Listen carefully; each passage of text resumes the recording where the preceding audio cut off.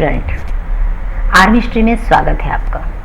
जैसे कि हम हमारे वीडियो में देखते हैं logic of brilliant student. Do you know, क्या आपको पता है वो क्या लॉजिक है? अगर आपने देखा होगा 2 वीडियो तो कुछ आइडियाज तो आपको लग ही गए होंगे।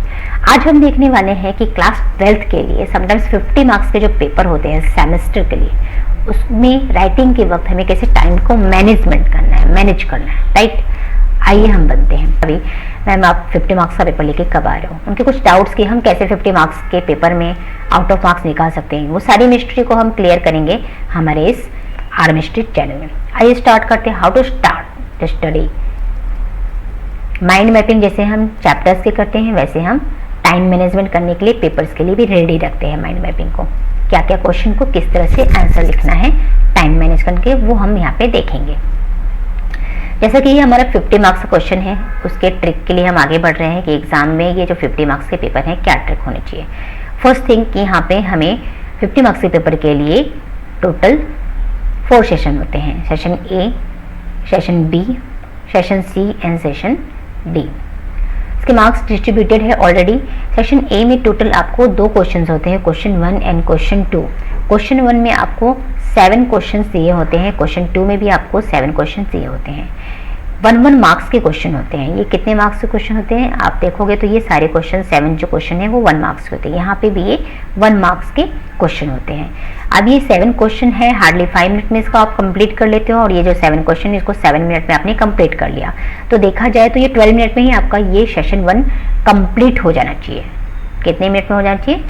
12 मिनट्स में होना चाहिए। बट फिर भी मैंने आपको इसमें माइंड मैपिंग में 15 मिनट बताया है कि आपको मैनेजमेंट जब करना है टाइम का, कैसे एग्जाम में आप मैनेज कर रहे हो तो इसमें क्या टाइमिंग होना चाहिए। उसके लिए मैनेजमेंट में मैंने आपको बताया कि आप 10 मिनट तो पेपर रीडिंग के लिए दे दो, ताकि माइंड में क्लिक हो जाएगी कौन से क्वेश्चन आपको आ रहे हैं, उन्हीं को आपको अटेम्प्ट करना है। फिर आपको 85 मिनट्स जो है वो राइटिंग में दिखाओ, and then 5 minutes final touch दो। तो ये देखिए जो फर्स्ट सेशन है उसको मैंने बताया कि आप 15 मिनट ले लो इसे कंप्लीट करने के लिए, but you have to complete perfectly.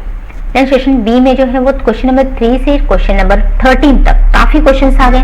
आपको ये भी ऑप्शंस होते हैं कि इतने सारे क्वेश्चंस में आपको सिर्फ 8 क्वेश्चन ही सॉल्व करने हैं, और वो जो 8 क्वेश्चन है ईच एंड एवरी क्वेश्चन जो होते हैं आपके, ईच क्वेश्चन जो होते हैं वो 2 मार्क्स के क्वेश्चन होते हैं। तो ऐसे क्वेश्चन को सॉल्व करने के लिए हार्डली आपको यहाँ पे 20 मिनट लगते हैं या 25। आपको 28 मिनट्स मैंने दिया है कि पेपर को सॉल्व करो, राइट। सेशन सी में 3 मार्क्स के क्वेश्चन होते हैं। क्वेश्चन नंबर 14 से क्वेश्चन नंबर 19 तक के आपके क्वेश्चन, बहुत सारे क्वेश्चन हैं, बट इसमें आपको टोटल 4 क्वेश्चन को ही सॉल्व करना है। हार्डली 4 क्वेश्चन को आपको सॉल्व करने के लिए यहाँ पे मिनट लगना चाहिए 25 या 30 मिनट, मान के चलो कि 30 मिनट्स आपके लग गए, राइट। लेकिन सेक्शन सी पूरी तरह से कंप्लीट होना चाहिए, और आपको इसमें जो क्वेश्चन बोला है कि आपको 4 क्वेश्चन कंप्लीट करना है, ये पूरे ही कंप्लीट हो जाना चाहिए 30 मिनट में।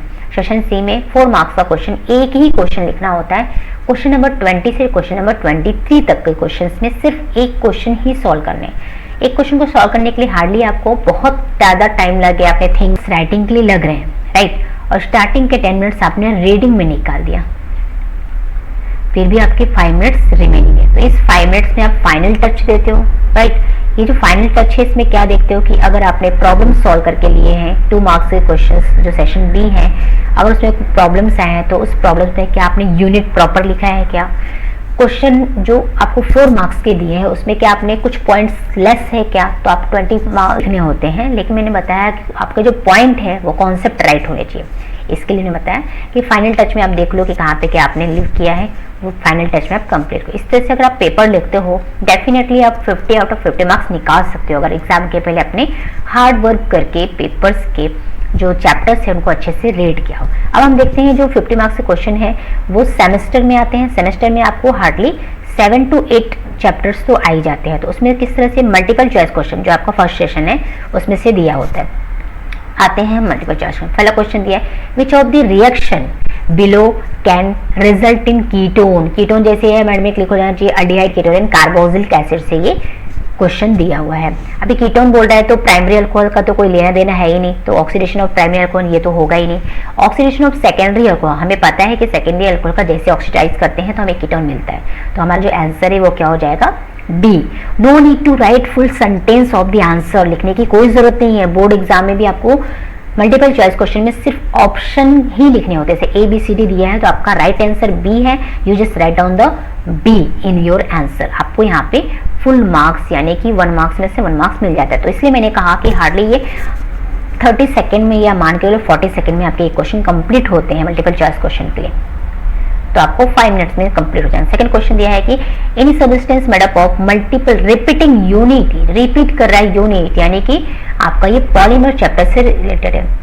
आपका आंसर यहाँ पे आपका फर्स्ट, जैसे ABCD में फर्स्ट वाला आंसर, तो आपने आंसर में ऑप्शन A लिखा, आपको फुल वापस से यहाँ पे 1 मार्क्स मिल जाएंगे। थर्ड क्वेश्चन है what is most basic aromatic compound. Aromatic आता है तो अगर प्रैक्टिकल कर रहे हो तो एनिलीन देखा होगा, वहाँ पे बहुत स्मेल करता है। एरोमेटिक कंपाउंड होते हैं ऐसे जिसमें स्मेलिंग्स आते हैं, ऑर्डर्स होते हैं उनके, तो आपके आंसर क्या है C। यहाँ पे भी आपने 1 मार्क्स निकाल लिया। अब तक तो मैंने आपको आंसर बताया।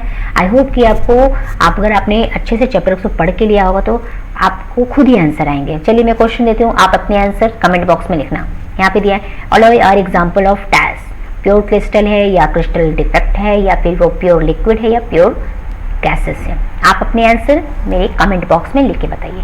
यहाँ पे दिया है कि sea water is best type of solution, liquid solution है या लिक्विड गैस सॉल्यूशन है, लिक्विड सॉल्यूशन है या फिर सॉलिड लिक्विड सॉल्यूशन है। आपको अगर आंसर आ रहे हैं, आप क्या करेंगे, कमेंट बॉक्स में आपके आंसर लिखोगे, फिर मैं आपको बताऊंगी कि आपने मल्टीपल चॉइस क्वेश्चन में आउट ऑफ 7 में से 7 मार्क्स निकाले हैं कि नहीं। यहाँ पे दिया है कि 1 molar sodium chloride and 1 molar of HCl present in aqueous solution present है। सॉल्यूशन किस टाइप का होगा आपको वो बताना है कि ये लेस देन 7 होगा इसका pH या मोर देन होगा। इस तरह के आंसर्स आपको दिए हैं ऑप्शंस में। You have to write down your answer in my comment box, right. Next है rate at which substance react depend upon its, किस पर डिपेंड करता है, इक्विमोलर मास पे या एक्टिव मास पे या मोलर मास पे या फिर एटॉमिक मास पे। आपके जो आंसर है आप कमेंट बॉक्स में लिखिए। Amines are dash in nature, जब भी चैप्टर स्टार्ट ही करते हैं अमाइंस का उसमें ही बता देते हैं, आपको स्टार्टिंग पॉइंट में ही बताते हैं कि अमाइंस का नेचर क्या होता है, बेसिक होता है या एसिडिक होता है या फिर वो न्यूट्रल होता है या एम्फोटेरिक होता है। आपके जो आंसर है आप कमेंट बॉक्स में लिख के बताइए। नेक्स्ट क्वेश्चन है ruby red colour of some incident class painting is due to dash nano particle, कौन से पार्टिकल्स आते हैं आप कमेंट बॉक्स में लिख के बताइए कि कॉपर आएगा या फिर आयरन आएगा, गोल्ड आएगा या फिर कार्बन आएगा। लास्ट क्वेश्चन है यहाँ पे काइनेजोज reaction is given by dash, काइनेजोज रिएक्शन किसके थ्रू होता है, ये एसिटाल्डिहाइड होता है, फॉर्मल्डिहाइड होता है या प्रोपेल्डिहाइड होता है या फिर डाइमिथाइल एसिटाल्डिहाइड होता है। आपके जो भी आंसर है आप right in your comment box में आप लिखाइए। देखिए मैंने आपको 3 आंसर्स तो बता दिए, राइट। फिर भी आपको सेक्शन A जो होता है वो मल्टीपल चॉइस क्वेश्चन के लिए 7 मार्क्स के लिए होता है, राइट।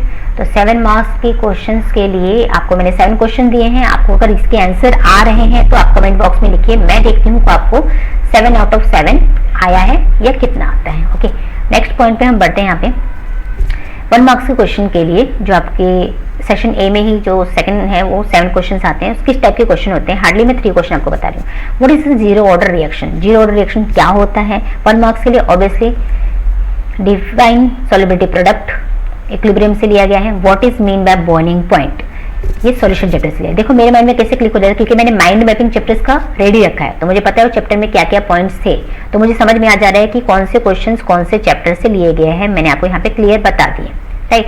आप भी मैनेजमेंट करते हो टाइम का या फिर आप स्टडी का तरीका जो हो माइंड मैपिंग से स्टार्ट करते हो चैप्टर को, तो आपके माइंड में भी क्लिक हो जाता है कि कौन से क्वेश्चन कौन से चैप्टर से आया हुआ है, तो ये आंसर लिखने के लिए आपके लिए ईजी होता है। आइए हम फर्स्ट क्वेश्चन का आंसर है जीरो ऑर्डर रिएक्शन क्या होता है। और chemical reaction in which rate of reaction जो होता है वो उसके रिएक्टेंट के कॉन्सेंट्रेशन पे बिल्कुल डिपेंड नहीं करता, इंडिपेंडेंट होता है। अगर जीरो ऑर्डर है तो फर्स्ट ऑर्डर सेकंड ऑर्डर होता है तो डेफिनेटली कॉन्सेंट्रेशन पे वो डिपेंड करेगा। नेक्स्ट क्वेश्चन है डिफाइन सॉल्युबिलिटी। सॉल्युबिलिटी क्या होता है कि जो सॉल्युबिलिटी का नाम आता है तो सॉल्यूशन क्या हो जाना चाहिए, सैचुरेटेड, इक्विलिब्रियम होना चाहिए with solid compound. Next question है आपका कि what is mean by boiling point, solution chapter से है तो ये याद रखना है कि जो वेपर प्रेशर होता है आपके सॉल्यूशन का वो हमेशा इक्वल होना चाहिए एटमॉस्फेरिक प्रेशर से।